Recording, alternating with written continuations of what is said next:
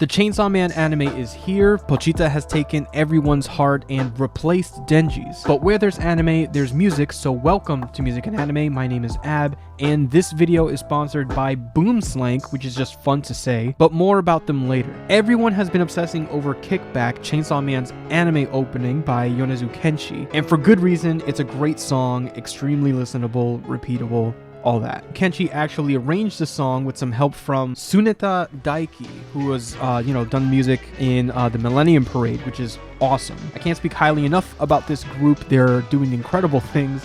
Listen to them if you haven't already. If we're talking about the endings for Chainsaw Man, the ending song for each episode of Chainsaw Man is by a different artist, which is just awesome, and it's stacked. I mean, Zutomayo, Queen Bee, Aimer, which Zankyo Sanka, anyone? I mean, let me know if you have it, because great song here, and I haven't heard the one that she's done for Chainsaw Man just yet, but one that I have heard, I think, was the ending song for episode 3. Maximum, the Hormone, coming back with this anime ending for Chainsaw Man, and yeah, I mean, I love Maximum the Hormone. Yoshu Fukushu is an incredible album, and there's a song in there that's the same title of that album, just also called Yoshu Fukushu. That song is probably one of my favorite songs of theirs ever, and you gotta watch the music video if you haven't. That music video, if you've seen it, you know exactly what I'm talking about. If you haven't, please check that out, and comment down below if you also have Death Note to thank for introducing you to Maximum the Hormone. I think it was the second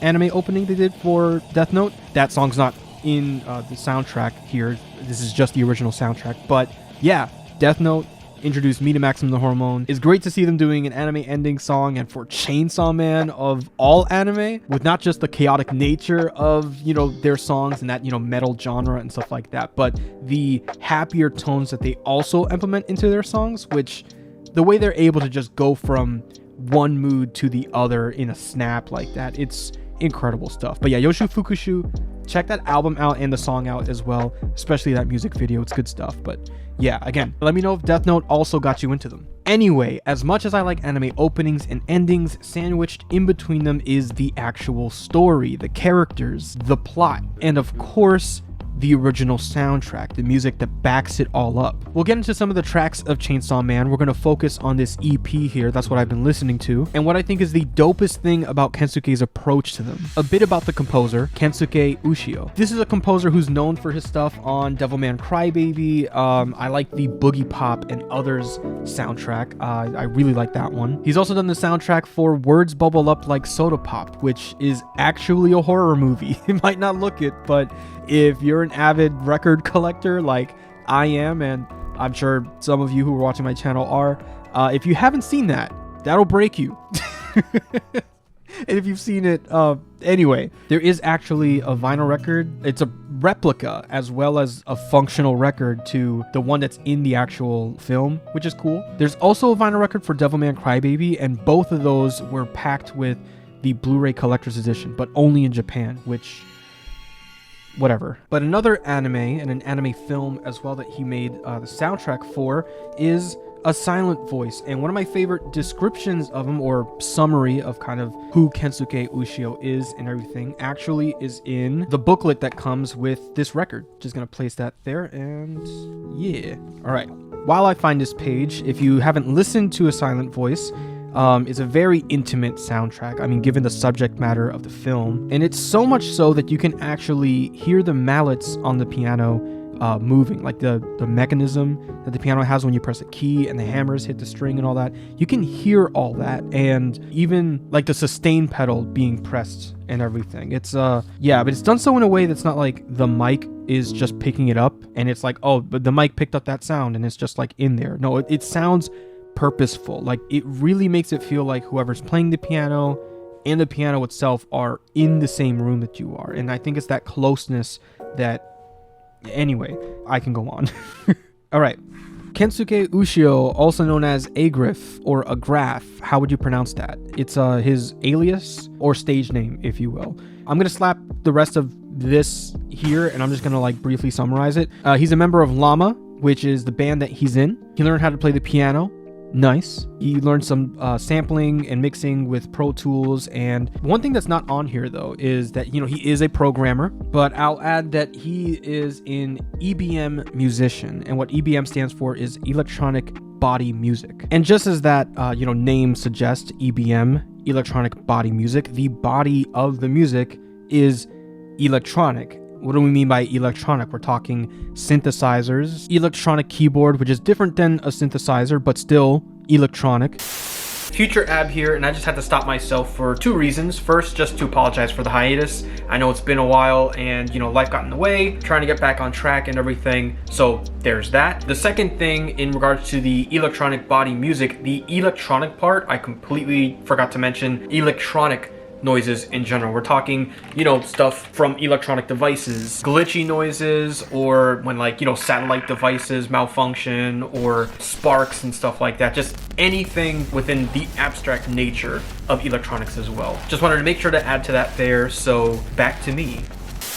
When answering a question about using computer glitches and similar effects in the soundtrack, this is coming from an article by Stephen Blackburn on Screen Rant. Kensuke Ushio answered that it's reflective of the kind of sound born from the shred and reassemble concept. Shred and reassemble, to tear apart and put back together. There's two parts to this. There's the chainsaws, which definitely tears things apart. What kind of sounds can you draw from that, implement into the music, and utilize that in a way that goes with the aggressive nature of what a chainsaw is and does, and everything with the story involved with it, and then pull back together these softer, more, somber pieces, the opposition to the chaos. Kensuke being an EBM musician and, working with synthesizers and stuff a lot, there's something here, and this is the thing that I find it's just a really cool, nerdy thing that I was listening to the soundtrack and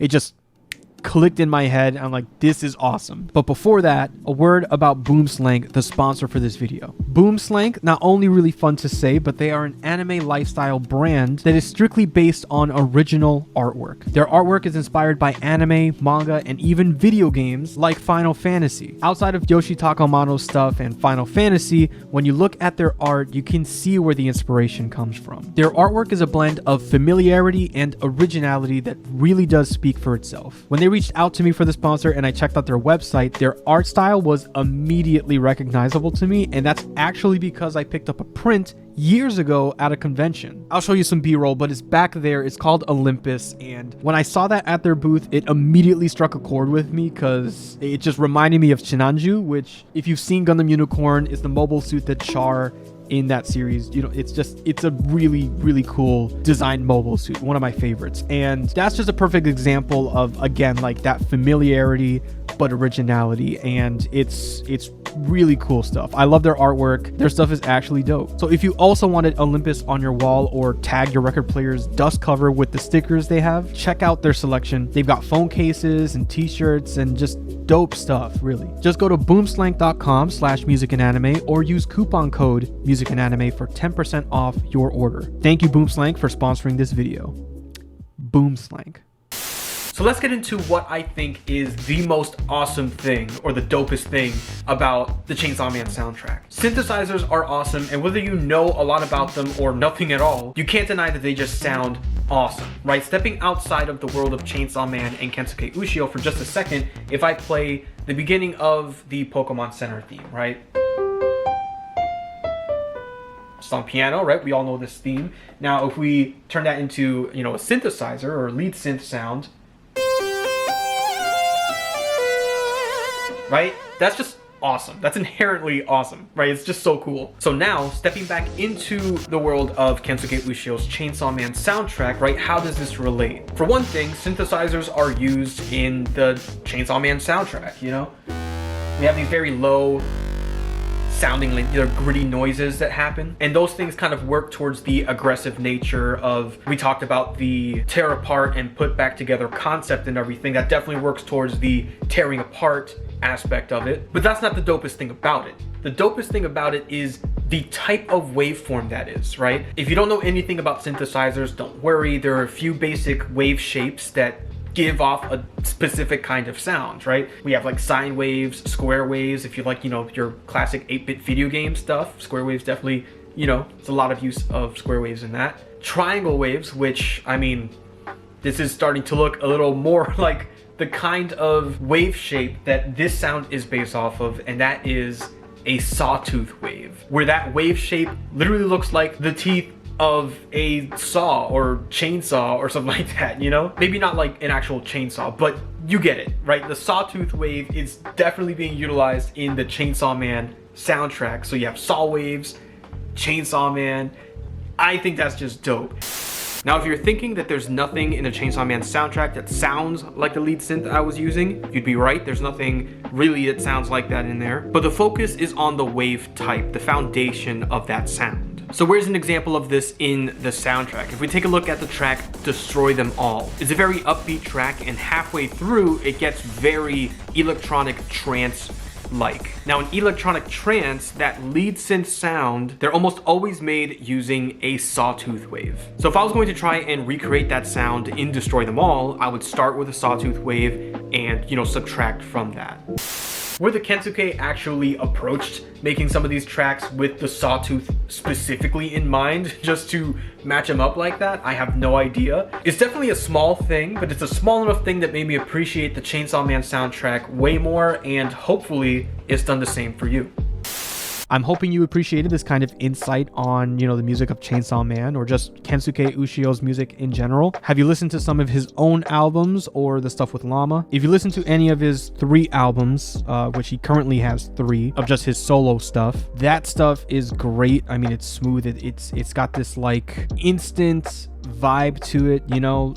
It's not like lo-fi. It's like different than like a lo-fi vibe. It's similar kind of feeling where it's like I could totally study to this, I can totally zen out to this and whatever. But yeah, definitely check out his stuff.